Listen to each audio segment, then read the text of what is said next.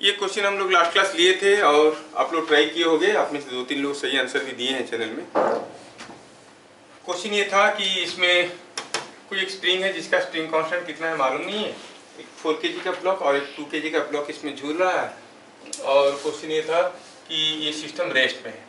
If thread at P point में जो thread है इच कट, उसको कट कर देते हैं, then what will be find initial acceleration of each block.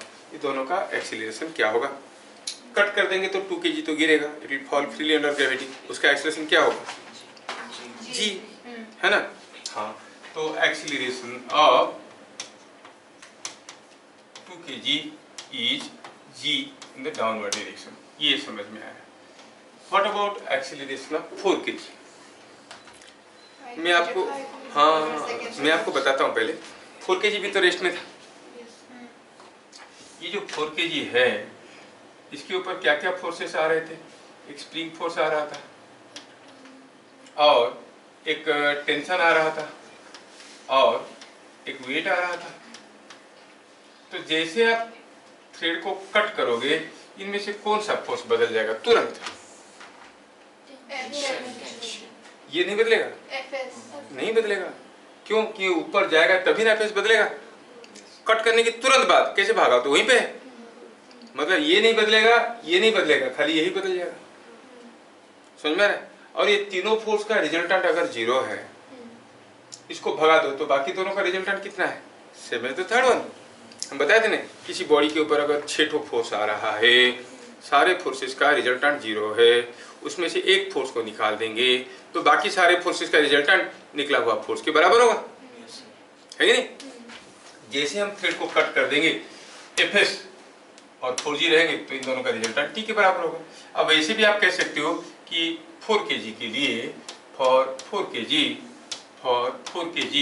आप कहोगे ये टी कितना है, इसका वेट टी क्या है, टी इज 2G, है कि नहीं। तो आप कहोगे FS is equal to T plus 4G और टी क्या था 2G, so it is 2G plus 4G that is equal to 6G. After thread is cut, tension becomes 0. After thread is cut, tension is 0. So net force हो गया ऊपर की तरफ Fs, नीचे की तरफ 4G और Fx क्या था 6G minus 4G, so it is 2G. तो एक्सीलरेशन हो जाएगा net driving force by mass, so it is 2G by 4 is 5 metre per second square.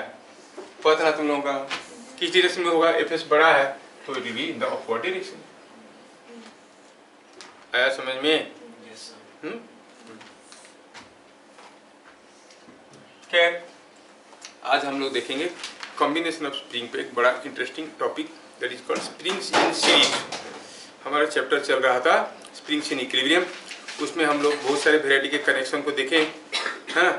हम लोग ये भी देखे हैं कि अगर स्प्रिंग्स कुछ ऐसे कनेक्टेड है तो ये K1 प्लस K2 हो जाता है, ऐसा कनेक्टेड है तो भी K1 प्लस K2 हो जाता है, ऐसा है तो इक्विवेलेंट निकालना में आता है। एक निराला कनेक्शन देखेंगे जिसमें से कुछ इंपॉर्टेंट इंफॉर्मेशन आएगा, तो ये है स्प्रिंग्स इन सीरीज। मतलब हमारे पास ऐसा दो स्प्रिंग है जो दोनों एक दूसरे के साथ ऐसे कनेक्टेड है।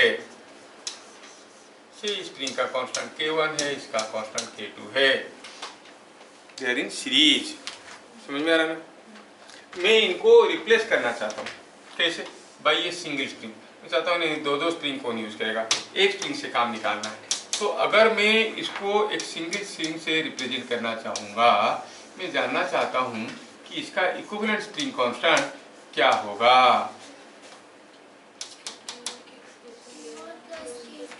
नो नो नो नो, चलो सोचते हैं, ठीक है। इक्विवेलेंट स्प्रिंग कांस्टेंट क्या होगा, अब निकालेंगे। थोड़ा सा छोटा सा डेरिवेशन भी है, देखेंगे हम लोग। अब हम कहेंगे ये अकेला इन दोनों का बराबर है कब?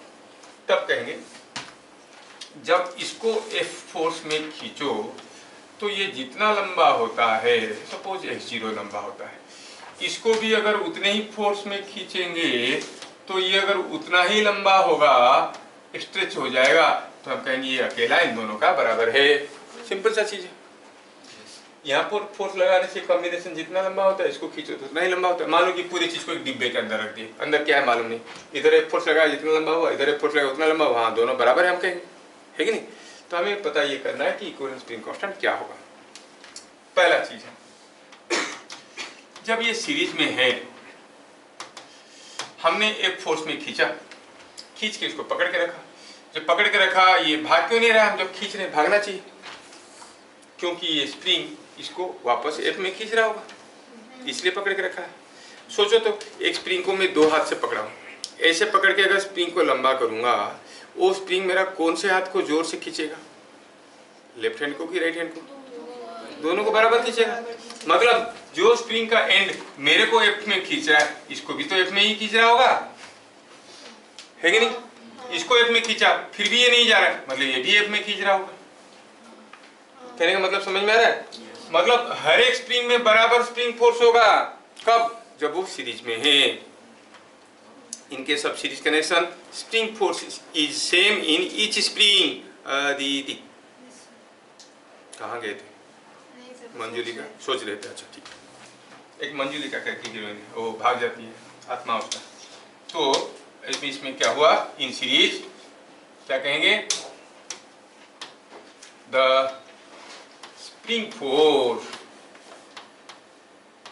is same in each spring।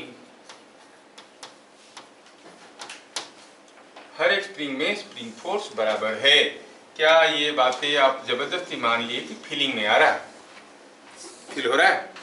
अगर मैं इसको एफ फोर्स में खींचा और यहाँ पर खींचने के बाद ये रुक गया, मतलब ये मुझे एफ में खींच रहा होगा, ये एंड अगर एफ में खींचा तो ये एंड भी एफ में खींच रहा होगा।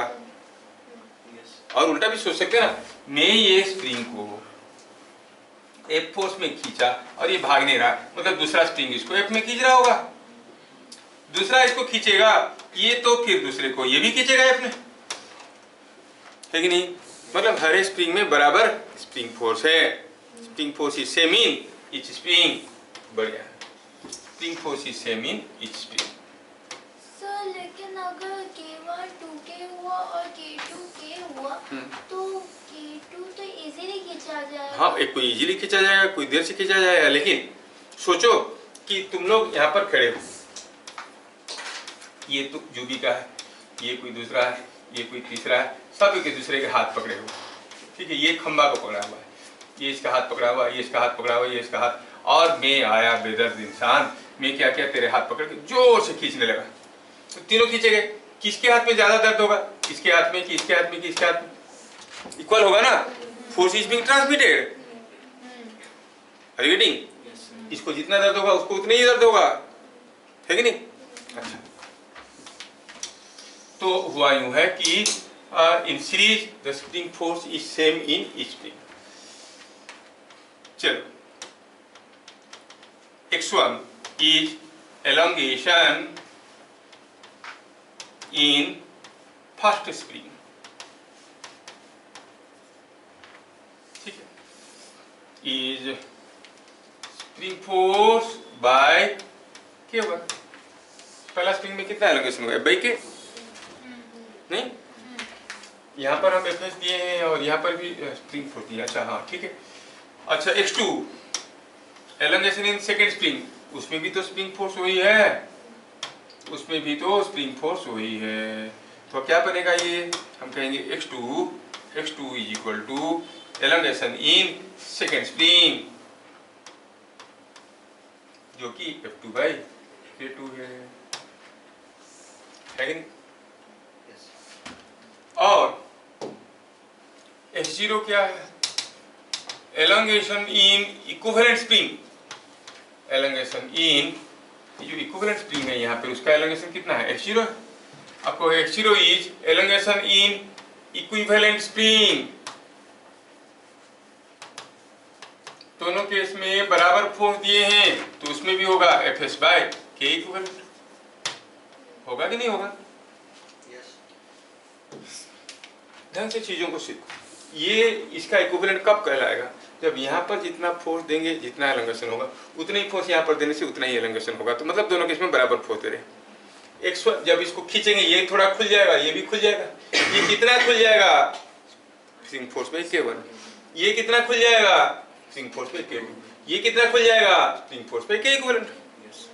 That is X0। लेकिन सोचो तो, अगर ये खुल गया 2 सेंटीमीटर, ये खुल गया 3 सेंटीमीटर, तो ये कितना आगे जाएगा? 5 सेंटीमीटर। मतलब ये जो X0 है वो क्या है? X1 प्लस X2 है। क्या समझ में आ रहा है? पहला स्प्रिंग खुल गया X1, दूसरा खुल गया X2, दोनों मिलके खुल गया कितना? X1 plus X2। तो हम कहेंगे हियर आपको हो गए बीट नंबर 3 में आपको हो गए X0 is X1 plus X2, but X1 क्या, X0 क्या था? Spring force by K equivalent. X1 spring force by K1, X2 spring force by K2। Spring force दोनों तरफ से कट जाएगा, मिलेगा 1 by K equivalent is equal to 1 by K1 1 by K2। मतलब दो स्प्रिंग अगर सीरीज में है तो इक्विवेलेंट स्प्रिंग कांस्टेंट आप ऐसे निकाल सकते हो। समझ में आ रहा है? और अगर थोड़ा सा सिंप्लीफाई करना चाहेंगे भी तो हम कुछ ऐसे लिख सकते हैं 1 by K equivalent is equal to K1 K2 ऊपर गया K1 प्लस K2 और K equivalent is K1 K2 by K1 plus K2। मतलब दो स्प्रिंग अगर सीरीज में है तो इक्विवेलेंट स्प्रिंग कांस्टेंट हम ऐसे निकाल सकते हैं। एक स्प्रिंग का कांस्टेंट है K, दूसरा का है 2K, तो इक्विवेलेंट बनेगा K into 2K by K plus 2K। ये हो गया इक्विवेलेंट स्प्रिंग कांस्टेंट। समझ में आया क्या? Yes, ये बात है। तो it is coming out to K1 K2 by K1 plus K2। तो जब भी दो स्प्रिंग सीरीज में होंगे इक्विवेलेंट स्प्रिंग कांस्टेंट क्या होगा? दोनों को भगा के सिंगल स्प्रिंग करना है तो आपको निकालना आता है। क्या क्या चीजें समझ में आया? Facts about series connection.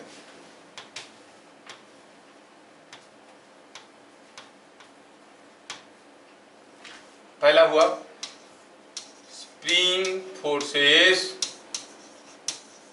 Are same in each spring.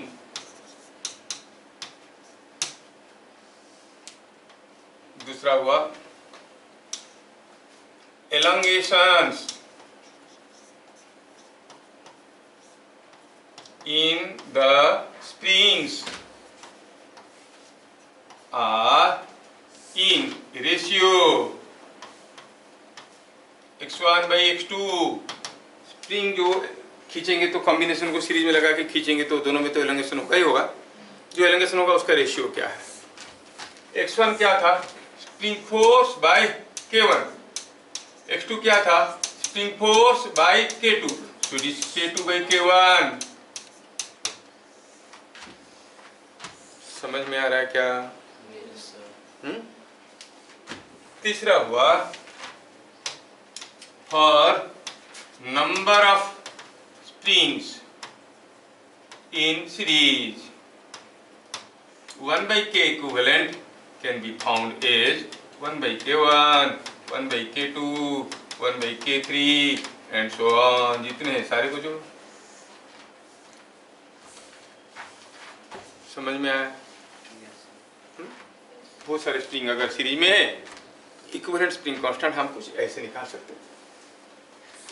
वो बोलेंगे 3 तो स्प्रिंग थे, एक था K, दूसरा 2K, तीसरा 3K, तीनों सीरीज में लगे, बताओ इक्विवेलेंट स्प्रिंग कांस्टेंट क्या होगा? तो आपको 1 by K equivalent is equal to 1 by K plus 1 by 2K plus 1 by 3K। Simplify करो K इक्विवेलेंट निकालो।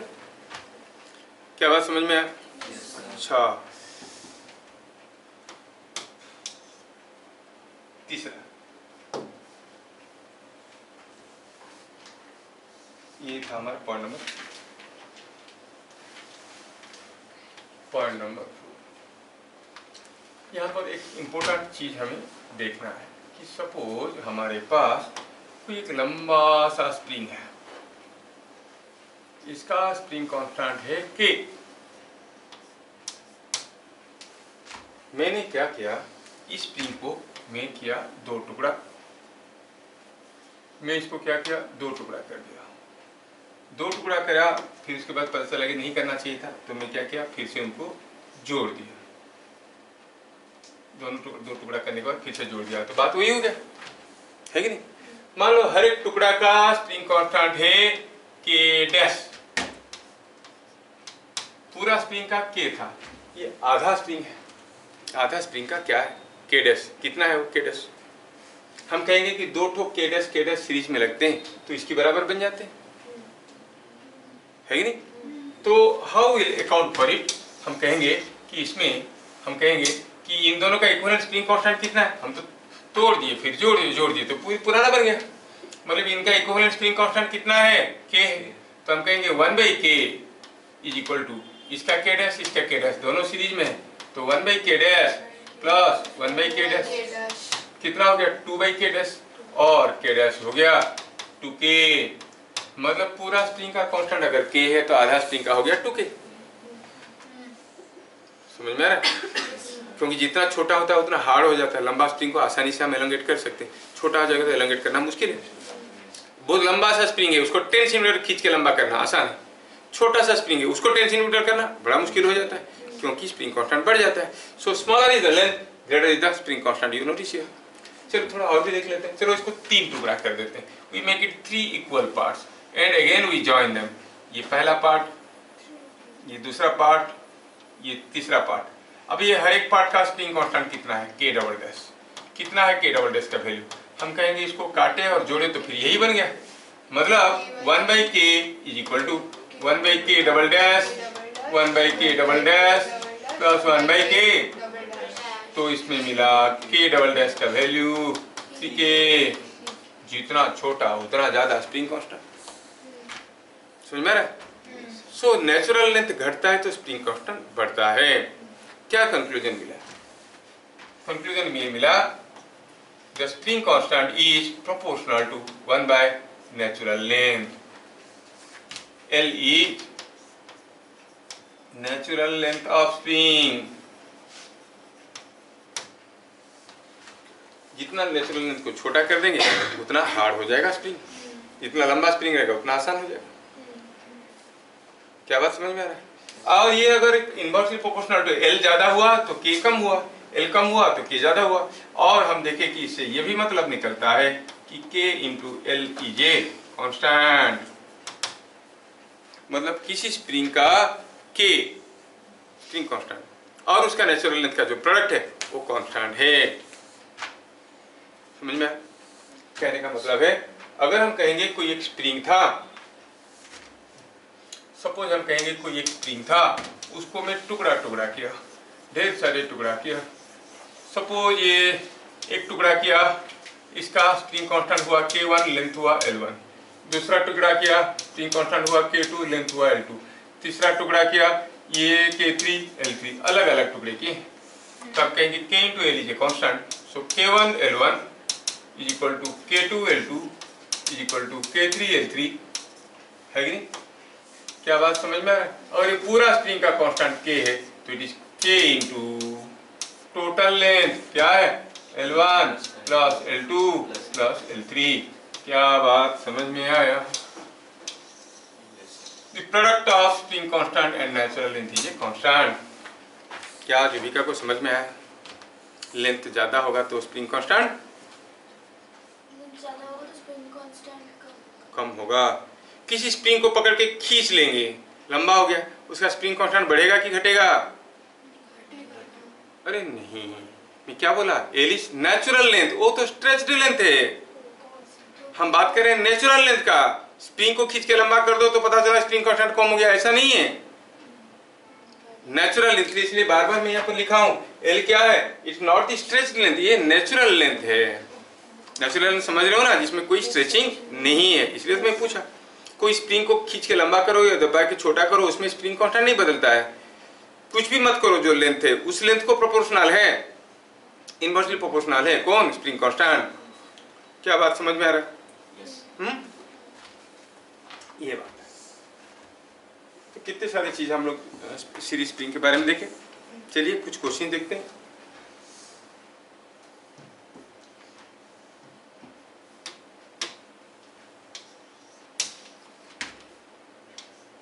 two springs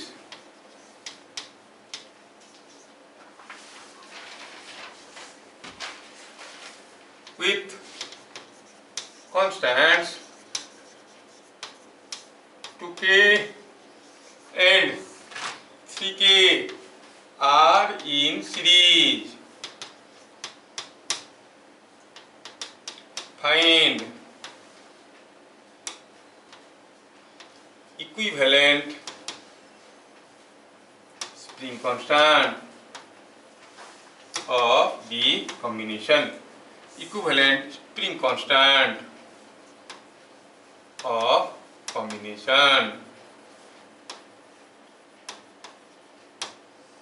Number 2. If the combination is elongated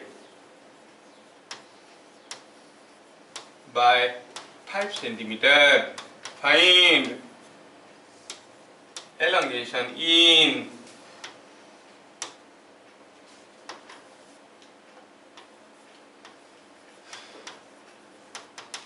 first spring, पहला स्प्रिंग में क्या elongation होगा।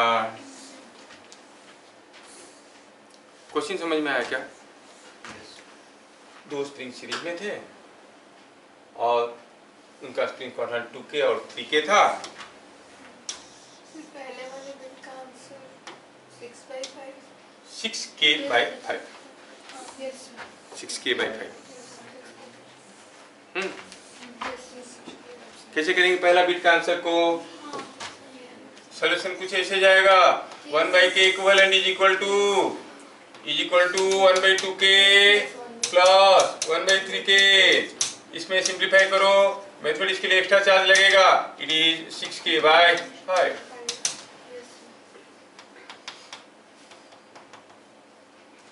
दोनों स्प्रिंग को कॉम्बिनेशन को extend किए, कितना 5 सेंटीमीटर है ना।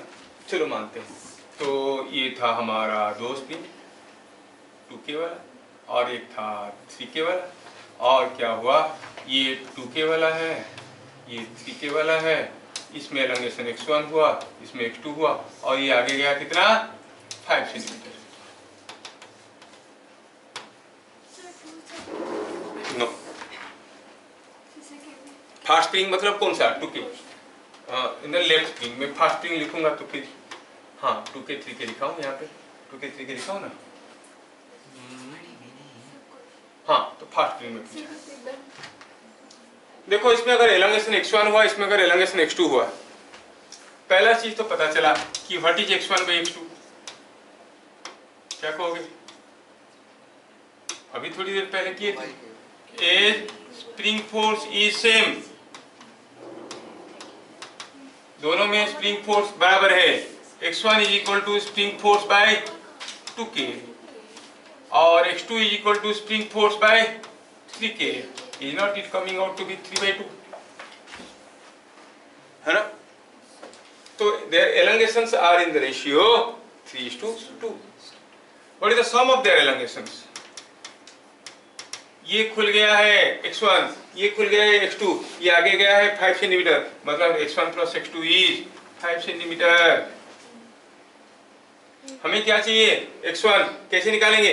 x1 x2 की जगह लिख सकते हैं, x2 की जगह लिख सकते हैं 2x1/3, x2 इज 2x1/3। देखो यहाँ से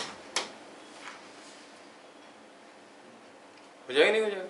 तो x2 की जगह डालो 2x1/3, सिंप्लीफाई करो, हमें x1 चाहिए, elongation in the first spring है ना। क्या कहेंगे इसमें? दिस इंप्लाइज x1 तो x1 है, x2 की जगह लिखेंगे 2x1/3 and that is all 5, that is equal to, ये हो गया 3x1 plus 2x1, 5x1/3 equal 15 और x1 is equal to 3 centimetre. तो पहला वाला स्प्रिंग खुलेगा 3 सेंटीमीटर। थोड़ा सोचना चाहिए था, दिमाग पर जोर डालना चाहिए था कि इसमें से सॉफ्ट स्प्रिंग कौन है, पहला वाला कि दूसरा वाला? दूसरा वाला सॉफ्ट है। पहला वाला सर। उठो 12 बजे तुम हो जाएगा।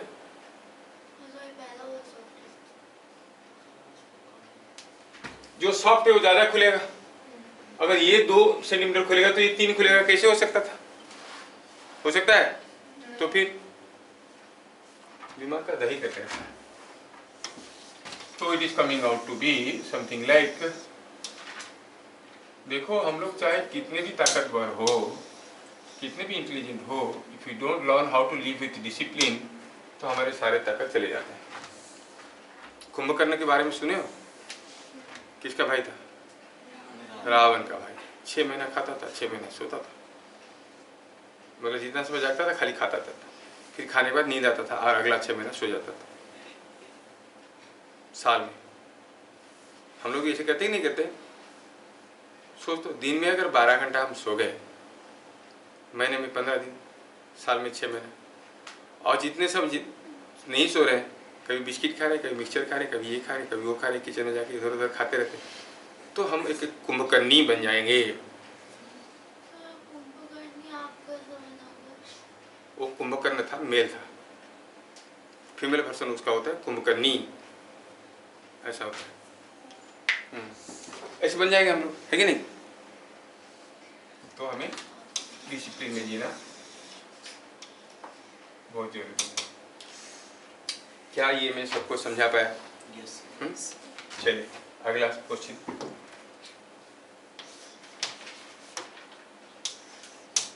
Four springs of each of constant k,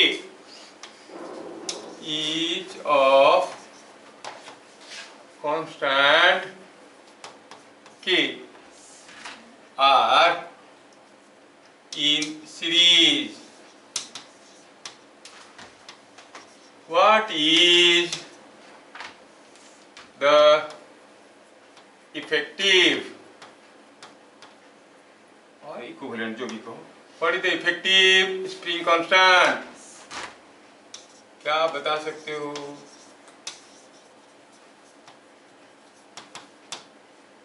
What is effective spring constant? 4 तो स्प्रिंग है, हर एक का कांस्टेंट के वो सीरीज में है। अच्छा सोचो तो, 4 स्प्रिंग को जोड़ देंगे लंबा हो जाएगा, तो स्प्रिंग कांस्टेंट बढ़ जाएगा कि घट जाएगा? घटेगा। तो कितना होगा? सिंपल है, वेरी करेक्ट। तो आप कहोगे 1/k equivalent is equal to 1/k, 4 ठो है, 1/k कितनी बार? 4 बार। तो अगर ये हो गया तो आप कहोगे it is equal to 4/k और k equivalent is equal to k/4। क्या बात समझ में आ रहा है? यस हाँ, देखिए अगला क्वेश्चन थोड़ा मुश्किल बनाता हूँ। यहाँ पर ये क्वेश्चन युविका बताएगी। Yuvika are you ready? लेकिन पहले तो तुम साउथ है, रेड्डी कैसे हो गए? रेड्डी भी एक टाइटल है ना। ये कोई एक स्प्रिंग है, इसका स्प्रिंग कांस्टेंट कितना है? के। और इसमें यहाँ पे एक हैंडल लगा है,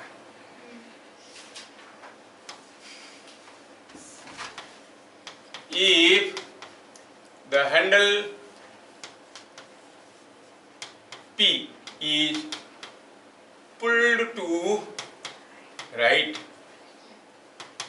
find the effective spring constant realized.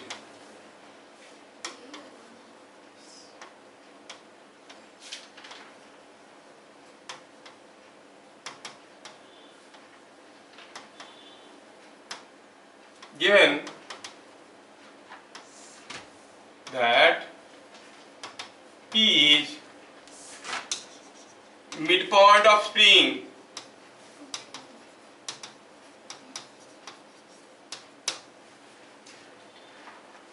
of constant K,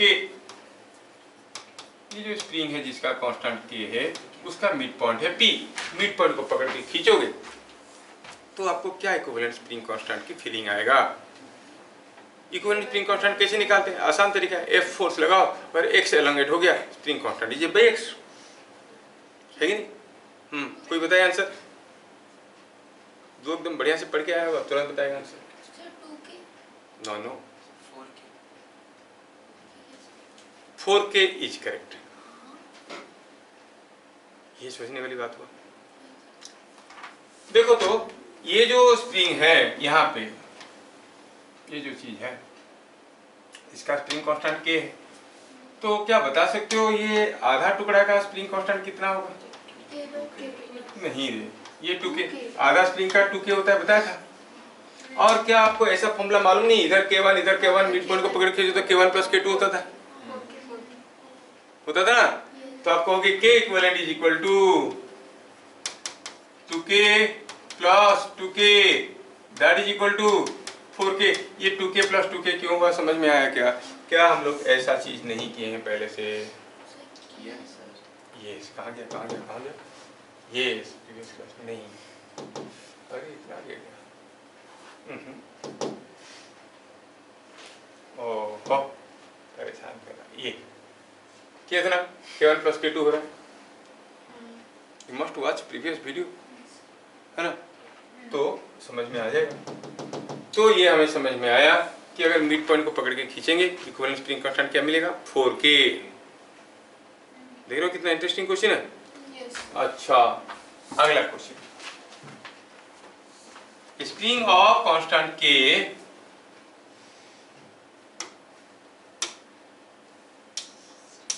spring of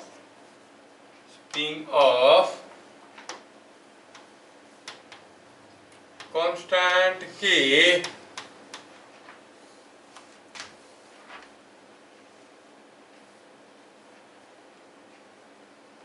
was cut into two parts whose natural length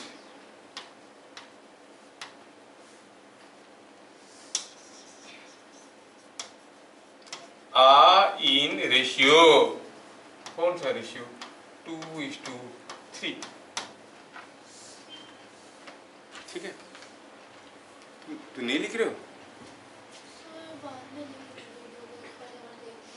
बार कहाँ देखते हो तुम? आज तो भेजे तो नहीं दिखे हो, लास्ट क्लास का लिखे हो सारा? क्लास में लिख दिए थे। अच्छा, length are in ratio 2:3। Find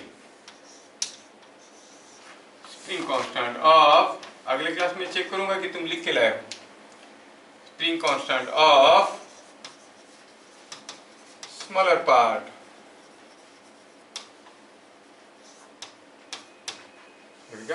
सोचो तो देखिए, बताओ कौन बता सकता है? कोई स्प्रिंग है जिसका कांस्टेंट k है, उसको दो टुकड़ा किया, टुकड़ास are in the ratio 2:3 length, natural length नहीं। चलो, ये है स्प्रिंग, इसका कांस्टेंट k, इसको हमने किया दो टुकड़ा, द टुकड़ास आर इन द रेशियो 2:3। ये टुकड़ा है, ये दूसरा टुकड़ा है, इनका length are in the ratio 2:3। पूछा है इसका स्प्रिंग कांस्टेंट अगर k1 हुआ, इसका k2 हुआ, तो k1 k2 बताओ, ऐसे दिया।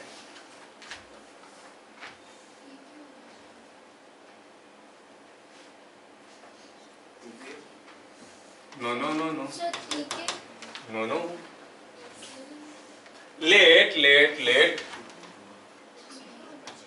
length of the two parts,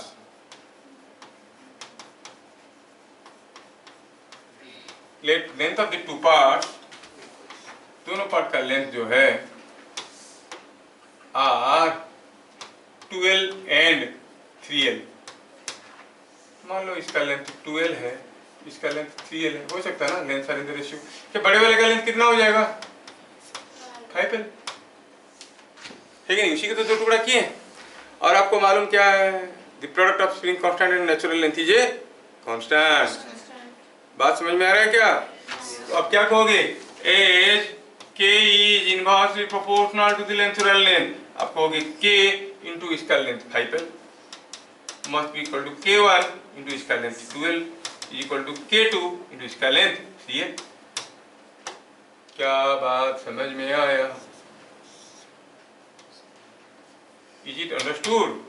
क्या यहाँ से हम K1 नहीं पता कर सकते? Yes, 5K/2। K2 पूछा होता वो भी बता देते 5K/3।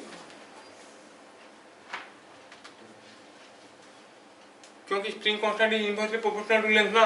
K1 L1 = K2 L2 = K3 L3 ऐसे बताए थे। बढ़िया है।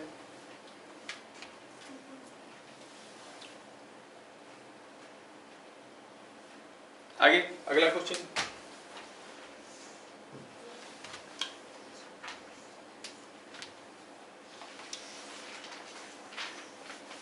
ये कोई एक ब्लॉक है,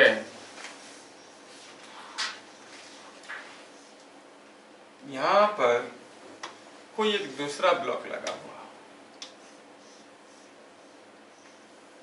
ये 2 kg है, ये 3 kg है और ये K है।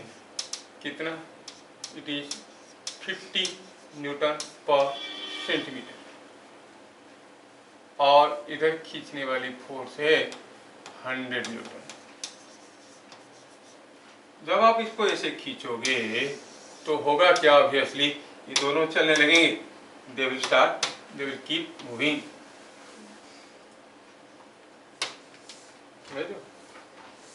क्या दिया है question? Find elongation in spring at steady state, at steady state।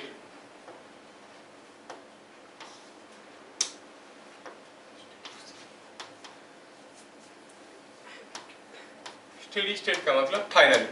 खींचना शुरू करेंगे काफी समय के बाद, जब वो एक फिक्स्ड टाइप की मोशन एग्जीक्यूट करने लगे, तब बताओ कि स्प्रिंग में एलोंगेशन क्या है।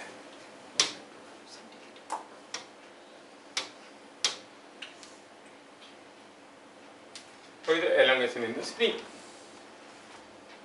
तो जैसे खींचोगे सिस्टम तो चलेगा। आपको पूछा गया एलोंगेशन इन द स्प्रिंग, आपको होगी यहाँ पर ड्राइविंग फोर्स क्या है? ड्राइविंग फोर्स, ये जो फोर्स आप दिए हो 100 न्यूटन का। And what is the driven mass? Yes, it is 2 + 3 5 kg। So acceleration of the system will accelerate. It is 100 by 5, 20 meter per second square। मुझे स्प्रिंग में एलोंगेशन चाहिए, ठीक है। चलिए फ्री बॉडी डायग्राम करते हैं 2 kg का। Free body diagram of 2 kg। 2 kg के ऊपर कितने फोर्स आ रहे हैं? उसका तो वेट आ रहा होगा, कि रिएक्शन आ रहा होगा, छोड़ो। ये स्प्रिंग भी तो खींच रहा होगा with whatever force you call it the spring force. 2 kg को, ये 2 kg को स्प्रिंग भी तो खींच रहा है, ये 2 kg को स्प्रिंग भी तो खींच रहा होगा। और क्या है? और क्योंकि 2 kg मूव कर रहा है विद एन एक्सीलरेशन, कितना एक्सीलरेशन देखिए अभी 20 मीटर पर सेकेंड स्क्वायर। क्या इसके ऊपर शूडो फोर्स नहीं आएगा? आएगा। Whenever mass m accelerates at rate a, it experiences a pseudo force। किधर को? In the opposite to acceleration। मतलब कुछ ऐसा, ma मतलब 2 × फ्री बॉडी डायग्राम में सारा एक्सटर्नल फोर्स के साथ साथ हम शूडो फोर्स को दिखा दिए तो कंडीशंस ऑफ इक्विलिब्रियम तो लगा सकते हैं, है ना। तो हम कहेंगे 8 इक्विलिब्रियम आपको होगी spring force must equal to 2a। a कितना था? 20, so 2 × 20 and that is equal to 40 newton. Spring force पता चल गया। Excuse me. तो फिर एलोंगेशन इन स्प्रिंग क्या होगा? एलोंगेशन इन स्प्रिंग क्या जीविका बताएगा? क्या फॉर्मूला है? x और f और k में क्या रिलेशन है? f = kx और x = spring force by k। Spring force अभी देखेगी 40 न्यूटन था, k था 50 था ना, k was 50, So it is coming 0.8 centimeter.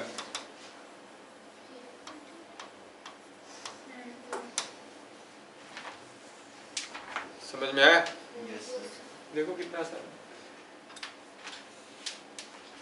देख लो, ऐसा क्वेश्चन कर सकते हो तो अच्छी बात है।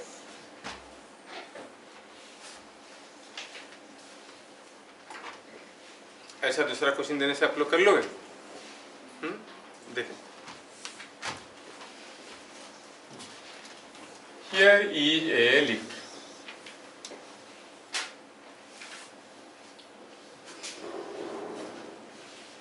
अब यहाँ से लिफ्ट में से कोई एक चीज झूल रहा है।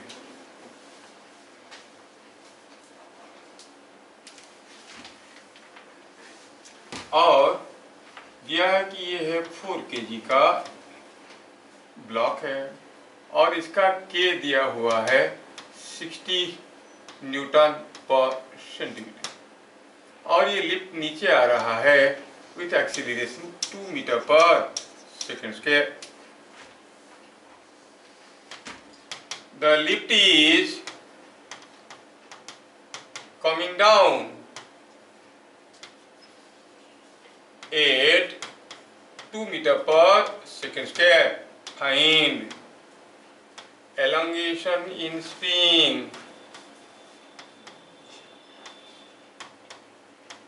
ये स्प्रिंग में एलोंगेशन कितना होगा? क्या क्वेश्चन समझ में आ रहा है? ये झूल रहा है तो कुछ लंबा हो गया होगा ना? कितना लंबा हो गया बताना है आपको। ठीक है, कोशिश कर दे, निकालो। You can do it.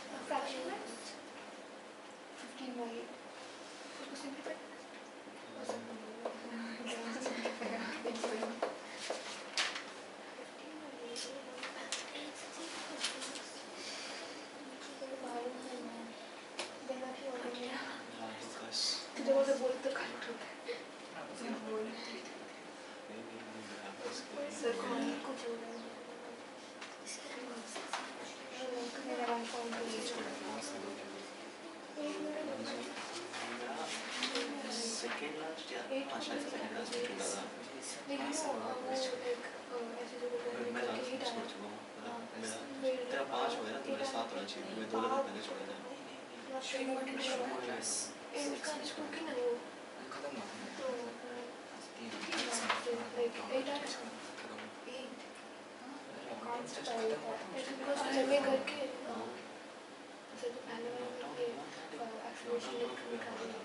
Lockdown के बाद शायद से छोड़ दिया था, सेकंड लास्ट लेवल पे माइनस कर दी 60 से छोड़ दिया था। नहीं 840 सर मैं नहीं छोड़ा बस। फिर तो के तो 60 दिया है ना, तो अरे 60 हाँ कितना आ रहा है?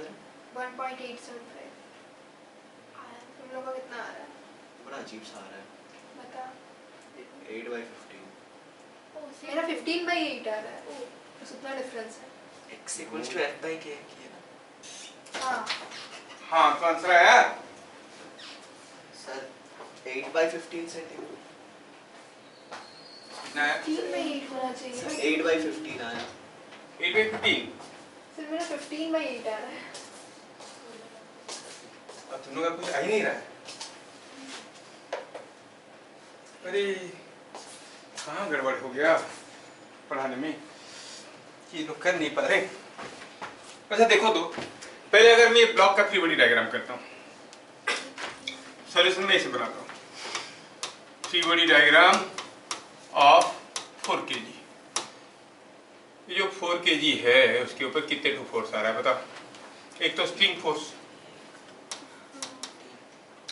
अगर स्प्रिंग फोर्स मिल जाएगा तो एलोंगेशन मिल जाएगा ना। हाँ और क्या वेट, और क्या ये नीचे आ रहा है ना एक्सीलरेशन में, तो शैडो फोर्स आ रहा होगा। एम मतलब 4, ए मतलब 2, pseudo force is opposite to acceleration.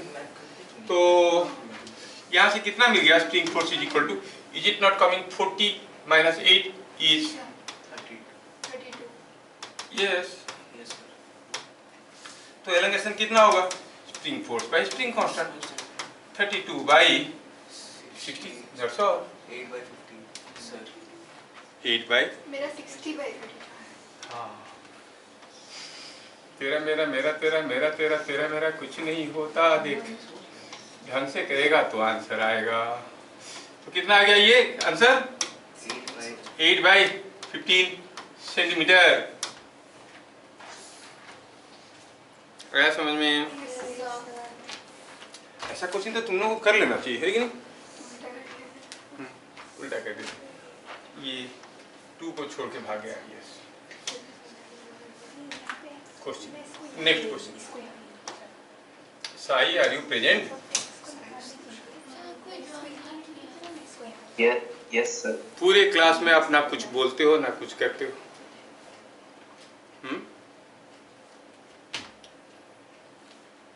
That's not a good student's behavior. पूरा क्लास कैसे चुप बैठ सकते हो? And for you only Zoom is being connected, which spends my money. Otherwise तो बाद में तुम वीडियो भी देख सकते थे।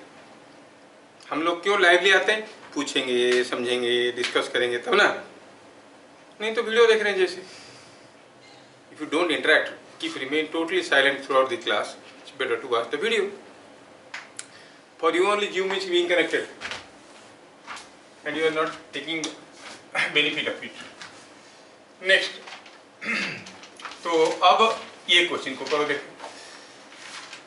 ये क्वेश्चन को करो तो पता चलेगा। इसके बाद 2-3 इंटरेस्टिंग क्वेश्चन भी हम लोग करने वाले हैं। ये क्वेश्चन को देखो। सपोज हम कहेंगे कि यहाँ पे लगा है एक स्प्रिंग, काफी बड़ा पुली हो गया, पुली को छोटा कर देता हूँ। ये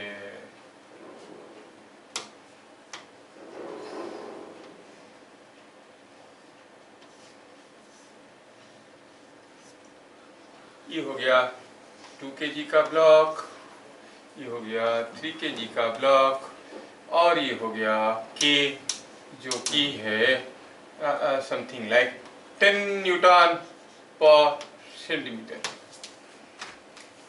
Find elongation in spring.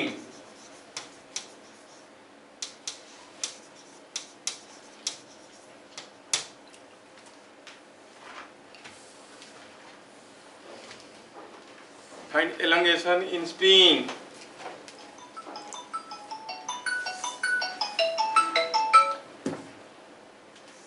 Spring में क्या एलोंगेशन है बताओ। ऐसे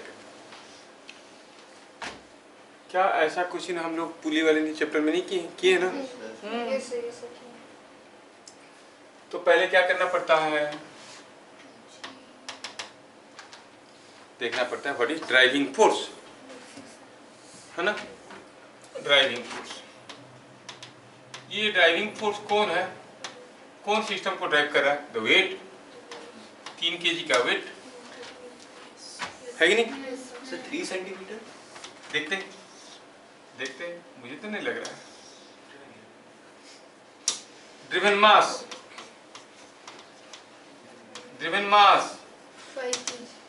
5, हाँ सॉरी, 3 + 2 5 kg।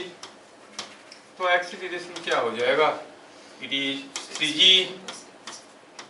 by 5, 6 मीटर/s², है कि नहीं? और अगर ये बात है तो फिर 2 kg का फ्री बॉडी डायग्राम देखो ना। ये 2 kg का फ्री बॉडी डायग्राम अगर देखोगे तो इसको खींचने वाली फोर्स तो स्प्रिंग फोर्स है, और ये 2 kg है, और ये 2 kg अब इधर जा रहा है एक्सीलरेशन ए में जिसका वैल्यू 6 है, तो उसके ऊपर एक सूडो फोर्स भी तो आ रहा होगा 2a। तो free body diagram of 2 kg gives you spring force is equal to 2a, that is 12 Newton। तो फिर एलोंगेशन तो कोई भी बता सकता है, spring force by spring constant, 12 by x, k कितना था? 10, is not it coming 1.2 मीटर/s²।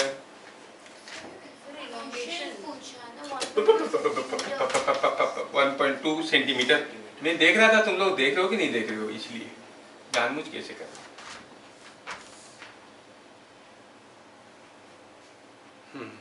आया समझ में? ऐसा दूसरा क्वेश्चन देने से कर सकते हो, लेकिन नहीं देंगे, कुछ नया चीज बताएंगे आप। नया चीज क्या है? सपोज कोई एक डिब्बा है और ये डिब्बे के अंदर कुछ स्प्रिंग उल्टे पुल्टे कुछ लगे हुए हैं और एक नाड़ा इधर से निकला हुआ है। कुछ स्प्रिंग लगा है, कैसे लगा है हमें मालूम नहीं। कोई पूछेगा इसके अंदर जो स्प्रिंग्स लगे हुए हैं उनका इक्विवेलेंट स्प्रिंग कांस्टेंट क्या है, तो आप क्या करोगे? इस नाड़े को पकड़ के खींचोगे, और F फोर्स लगाने से x लंबा होता है तो स्प्रिंग कांस्टेंट हो गया F/x। समझ में आ रहा है कि नहीं आ रहा? अगर मैं इसको F फोर्स में खींचा और पता चला कि इक्विलिब्रियम अटेन कर रहा है एट डिस्टेंस x, तो अंदर जो चीजें लगे हुए कैसे लगे हुए कोई मालूम नहीं। हो सकता है कि एक स्प्रिंग ऐसे लगा है ना, एक स्प्रिंग ऐसे लगा है, एक स्प्रिंग ऐसे लगा है, दूसरा ऐसे लगा, ऐसे लगा, ऐसे लगा, यहाँ से लगा, ऐसे करके इधर गया, इधर लगा, ऐसे करके उल्टा पुल्टा लगा। आप इसको पकड़ के खींचोगे तो इक्विवेलेंट, अगर F फोर्स लगा के खींचने से x एलोंगेट होगा, तो ये पूरा अरेंजमेंट है। This can be equivalently represented by a single spring जिसका इक्विवेलेंट स्प्रिंग कांस्टेंट क्या है? F/x। अब इसको भी F में खींचो, वो भी x लंबा होता है, तो ये अकेला है, सबका बराबर है। तो अब देखना ये कि कोई भी अगर अरेंजमेंट दिया रहेगा तो how to find the equivalent spring constant. तो क्लू क्या रह गया? क्लू हुआ ये कि equivalent spring constant is F/x, where F is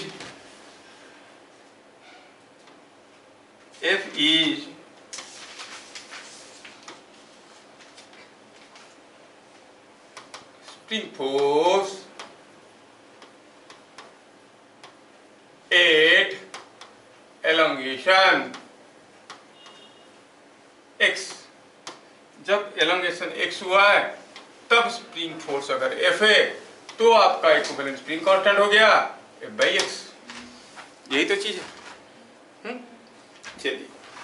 चलिए इस केस में करिए। सपोज मैं आपको एक सिंपल सा केस देता हूँ।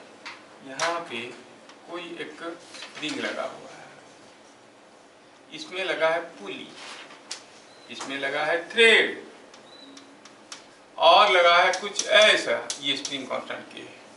अब ये पॉइंट को पकड़ के खींचो और बताओ कि what is the equivalent spring constant realise, मतलब सारा चीज किसी डिब्बे के अंदर छुप गया है, सारा चीज किसी एक डिब्बे के अंदर छुप गया है। ये कोई एक डिब्बा है, आपको ऐसा एक डिब्बा दिया गया, अंदर क्या है मालूम नहीं है, एक नाड़ा झूल रहा था, खींच के बताओ what is the effective spring constant. बात समझ में आया? लेकिन अंदर क्या है, अंदर कुछ ऐसा अरेंजमेंट हुआ दिखा रहा है, ये कहाँ गया, अंदर कुछ ऐसा अरेंजमेंट हुआ है, आपको मालूम नहीं, आपने क्या किया, इसको पकड़ के खींचा, F फोर्स लगाने से x लंबा होता है, तो equivalent spring constant is F/x। मेरा कहने का मतलब है ऐसा अरेंजमेंट का इक्विवेलेंट स्प्रिंग कांस्टेंट क्या आएगा। क्या क्वेश्चन समझ में आया? चलिए पहला क्वेश्चन, तो ये क्वेश्चन था to find equivalent spring constant, find K equivalent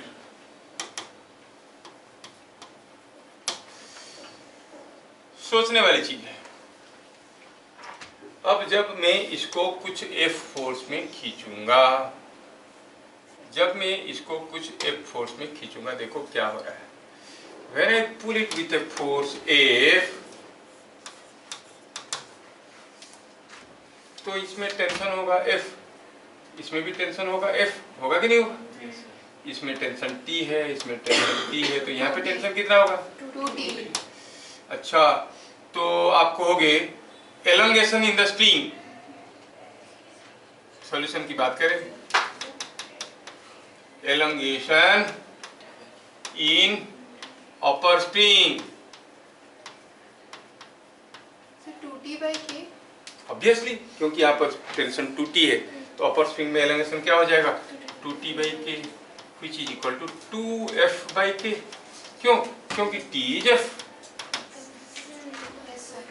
बात समझ में आया? तो ऊपर वाला स्प्रिंग कितना खुल जाएगा? यहाँ पर बहुत जोरदार दिमाग लगेगा, थोड़ा ध्यान से देख लो, नहीं तो बाद में कोशिश करोगे बनेगा नहीं। यहाँ पर लग गया 2T मतलब 2F/K, ये कितना खुल गया? 2F/K। क्या बता सकते हो ये कितना नीचे आएगा?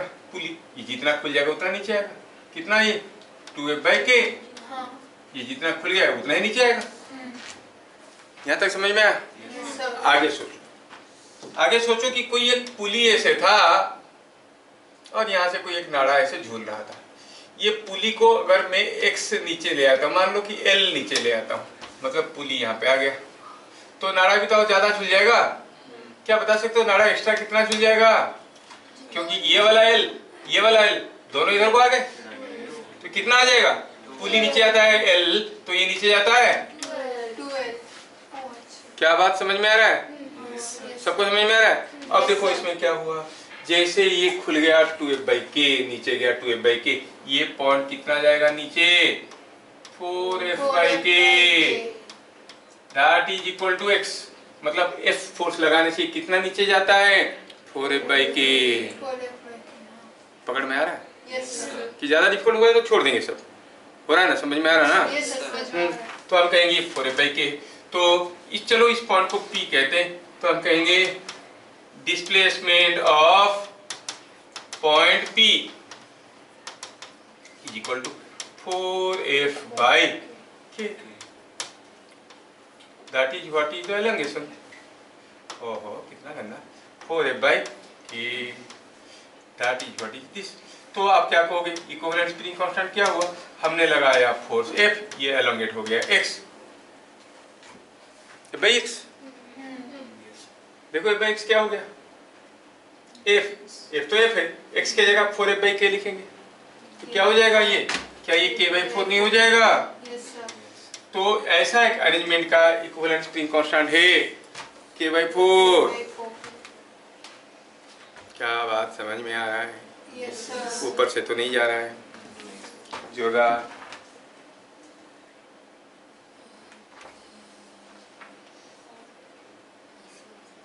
ठीक है, कितना दिमाग लग रहा है देख रहे हो ना? ऐसा दूसरा क्वेश्चन करने की कोशिश करोगे? चलो देते हैं आपको, और यहाँ पर सारा चीज समझा के नहीं लिख सकते, आपको फील करना है। सारा लिखेंगे तो ऐसे बन जाएगा। ये जब F हुआ, ये F हुआ, ये 2f हुआ, ये खुल गया 2f, ये नीचे गया 2f, ये नीचे गया 2f, तो नीचे गया 4f, 4f/k, ये गया 2f/k, तो ये नीचे गया 4f/k। सो x = 4f/k। दूसरा क्वेश्चन देता हूँ, कोशिश करो तो I repeat the same question but in a different manner. मैं थोड़ा सा क्वेश्चन में बदलाव लाऊंगा, जो था वही रहेगा, लेकिन थोड़ा सा उसमें ट्विस्ट है, कहानी में ट्विस्ट। अब मैं यहाँ पे भी एक स्प्रिंग लगा दिया, अब ये होगी पॉइंट P, ये भी K। अब इसको पकड़ के खींचो और बताओ what is the equivalent spring constant. Question समझ में आया? Find K equivalent realised when P is pulled below or pulled down. P is pulled down. P को नीचे खींचेंगे तो क्या इक्विवेलेंट स्प्रिंग कांस्टेंट, मतलब इसको सारे को डिब्बे के अंदर रख दो, आपको नाड़ा मिला खींच रहे, अब पता चला जितना एलोंगेट हो रहा है by x is the equivalent spring constant. तो शुरू कैसे करना है? सोचना है कि फोर्स F है, फिर पता करना है कि कितना नीचे जाएगा, नहीं? दिमाग तो यहीं पे लगता है।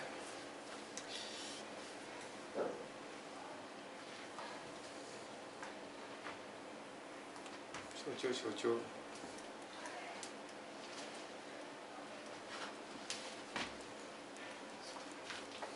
कोई तो बताए।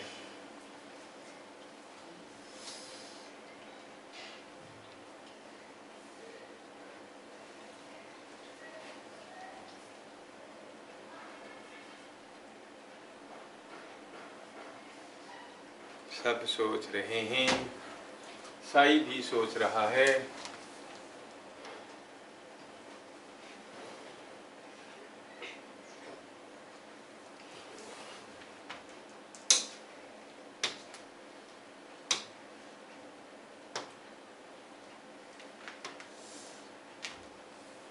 सोचो सोचो।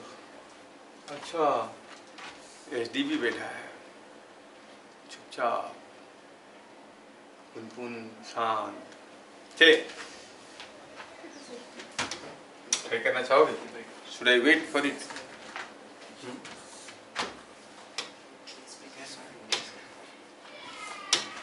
मैं आपके लिए 1 मिनट वेट करने वाला हूँ, और ये वीडियो देखने वाले देख रहे हैं कि सर कब करें, तुम लोग भी करो। अरे हाँ, ये जो वीडियो देख रहे हैं चुपचाप बैठे हैं, करो, ट्राई करो, ट्राई करो। 1 मिनट बाद में करने वाला हूँ। क्लू क्या है? इसको F में खींचेंगे तो ये कितना नीचे जाएगा? अगर X नीचे जाएगा, F/x is the spring constant. 30 seconds left.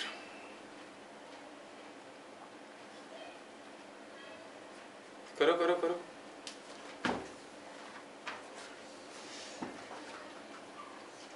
17 seconds left.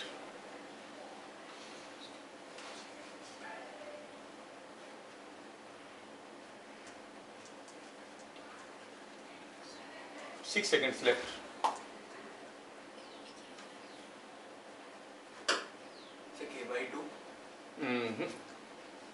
-4 seconds left. पार हो गए। चलिए करते हैं, देखो देखो देखो, आपको दूसरा दे देंगे करने के लिए। अगर इसमें फोर्स हुआ F, तो इसमें कितना होगा फोर्स? बोलो, F ही तो होगा। इसमें F, इसमें 2F, ठीक है। ये स्प्रिंग, ऊपर वाला स्प्रिंग कितना खुल जाएगा? 2F/k। तो ये पुली कितना नीचे आएगा? 2F/k। और क्या, ये भी तो खुल जाएगा, ये कितना खुल जाएगा? F/k। तो आप बता सकते हो क्या ये थ्रेड कितना नीचे जाएगा? अगर ये नहीं खुलता, अकेला यही नीचे आता, तो ये नीचे जाता 4F/k, और ये खुल गया F/k, वो भी तो इधर आएगा 5F/k। क्या ये बात सबको समझ में आया? F/k प्लस 4F/k मिलके हुआ 5F/k, और हमें चाहिए था इक्विवेलेंट स्प्रिंग कांस्टेंट जो कि f बाई एक्स है, तो x इक्वल टू 5 बाई के हो गया k बाई 5।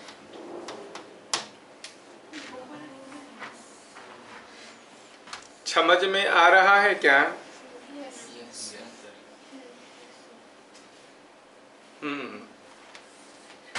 किसी को दोबारा चाहिए? Anyone one seat again? किसी का दिल मांगे मोर? नहीं।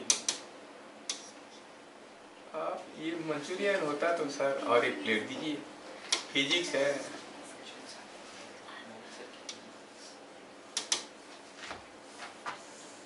आया समझ में?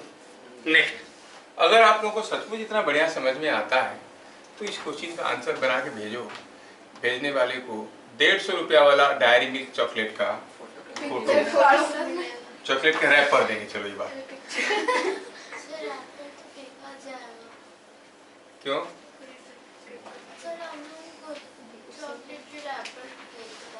ऐसा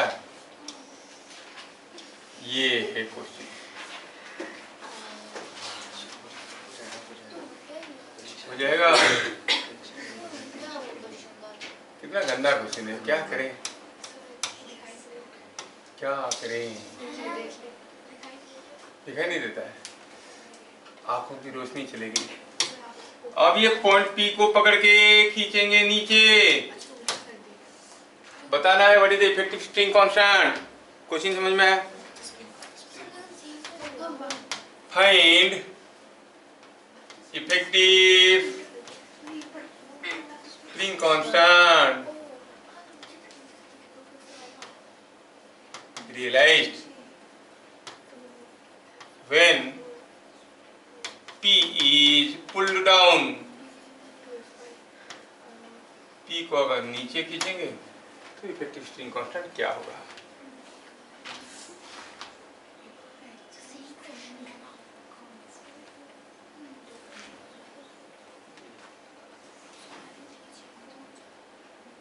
Next class we are going to study a very important chapter, that is center of mass। Centre of mass है ना तुम लोगों का? किसमें? स्कूल में नहीं है centre of mass? Centre of gravity निकालने के लिए डिटेल में नहीं दिया कुछ भी। हाँ थोड़ा सा दिया ना, डिटेल्स में कहाँ स्ट्रिंग दिया है क्या? हम लोग तो थोड़ा थोड़ा देता है तो हम लोग उसको पूरा करते हैं।